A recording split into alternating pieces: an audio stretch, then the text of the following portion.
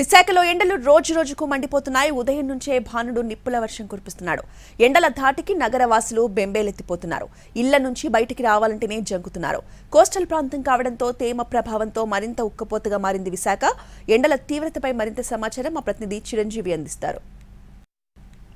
విశాఖలో భానుడు నిప్పుల వర్షం కురిపిస్తున్నాడు. మిట్ట మధ్యాహ్నం లేదు, ఉదయం లేదు, ఏ టైం చూసినా సరే పగపగ మండే ఎండలు అయితే ప్రజలకు చాలా ఇబ్బందులు గురిచేస్తున్నాయి. మనం చూస్తున్నాం ప్రస్తుతం రోడ్లన్నీ కూడా ఖాళీగా ఉంటున్నటువంటి పరిస్థితి. మరోవైపు శీతల పానీయాలకు కూడా బాగా డిమాండ్ పెరిగింది. ప్రస్తుతానికి నగరవాసులు ఉన్నారు, వాళ్ళతో మాట్లాడే ప్రయత్నం చేద్దాం. సార్, ఎలా ఉన్నాయి ఈసారి ఎండలు గత ఏడాదితో పోల్చుకుంటే? నమస్తే అండి. ఈ లాస్ట్ ఇయర్తో పోల్చుకుంటే ఈ ఇయర్ ఎండలు చాలా ఎక్కువగా ఉన్నాయండి. ఇప్పుడు మార్చి వచ్చింది, మార్చిలోనే ఇప్పుడు టూ మచ్గా ఉన్నాయి ఎండలు, వేడి గాలుపులు గట్రా ఉన్నాయి. ఇంకా రాను ఏప్రిల్ మేలో ఎట్లా ఉంటాయో తెలియదు. సామాన్య ప్రజానికం ఈ ఎండలను ఎలా తట్టుకోగలరు అనేది చూస్తుంటే మిగతా ఏరియాలతో పోల్చుకుంటే వైజాగ్ లాంటి సిటీల్లో ఎటువంటి ఎండలు ఎలా ఉన్నాయి? ఎండలు మిగతా ఏరియాల్లో పోల్చుకుంటే సిటీస్లో కొంత పర్వాలేదు, కానీ అయినప్పటికీ కూడా ఇక్కడ హ్యూమిడిటీ ఎక్కువ ఉంటుంది కాబట్టి దానివల్ల ఈ ఎండలు కాస్త ఎక్కువ ఉన్నప్పటికి కూడా చాలా ఉక్కపోత ఎక్కువ ఉంటుంది. దానివల్ల చాలా ఇబ్బందులు పడుతున్నారు ప్రజానికం. ఏమైనా ఉందా బిజినెస్? ఎండకి వస్తున్నారు ఎవరైనా? జనాలు రాక ఎండలకి మా పరిస్థితి ఉంది. ఎలా ఉన్నాయి? మార్కెట్ రేట్లు నిరుడు బాగుంది. ఈ సంవత్సరం బాగా డౌన్. మార్కెట్ చూస్తే రేట్లు ఎక్కువ, ఇక్కడ చూస్తే వ్యాపారం రేట్లు తక్కువ.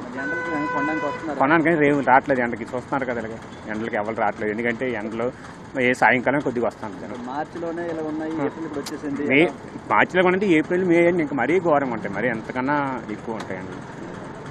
ఇది అయితే మన ప్రస్తుతం పరిస్థితి చూసుకోవచ్చు. ఎందుకంటే మనం చూస్తున్న రోడ్ల మీద కూడా మొత్తం ఖాళీగా ఉంటున్నటువంటి పరిస్థితి మనకు ఉంటుంది. ముఖ్యంగా రోడ్లపైకి వచ్చినటువంటి మహిళలు వీళ్ళంతా కూడా చాలా ఇబ్బందులు పడుతున్నారు. ఎందుకంటే బయటకు వచ్చేటప్పుడు ఖచ్చితంగా ఎండ బారిన పడకుండా ఈ గొడుగులు అనేటువంటివి తీసుకొస్తే ఎండ బారిన పడకుండా ఉండేది కూడా ఉంది. మరోవైపు ఈ వడగాళ్ళు ఎక్కువగా ఉంటున్నాయి. కోస్టల్ ఏరియా కావడంతో సాధారణంగా హ్యూమిడిటీ ఎక్కువగా ఉంటుంది. దాంతోపాటు తేమ ఎక్కువగా ఉండడంతో రాత్రిపూట ఉష్ణోగ్రతలు కూడా విపరీతంగా పెరుగుతున్న పరిస్థితి మనకు కనిపిస్తుంది. ముఖ్యంగా చిన్నారులు, విధంగా మహిళలు వీళ్ళంతా కూడా చాలా వరకు ఇబ్బంది పడుతున్న పరిస్థితి. అంటే రానున్న ఈ ఏప్రిల్తో పాటు మే నెలలో కూడా భారీగా ఈ ఎండల తీవ్రత ఉండే అవకాశం ఉంటుంది కాబట్టి తగు జాగ్రత్తలు తీసుకోవాలని వాతావరణ శాఖ అధికారులు అయితే సూచిస్తున్నారు. కెమెరామెన్ సురేష్తో చిరంజీవి, ఎన్టీవీ, విశాఖ నుంచి.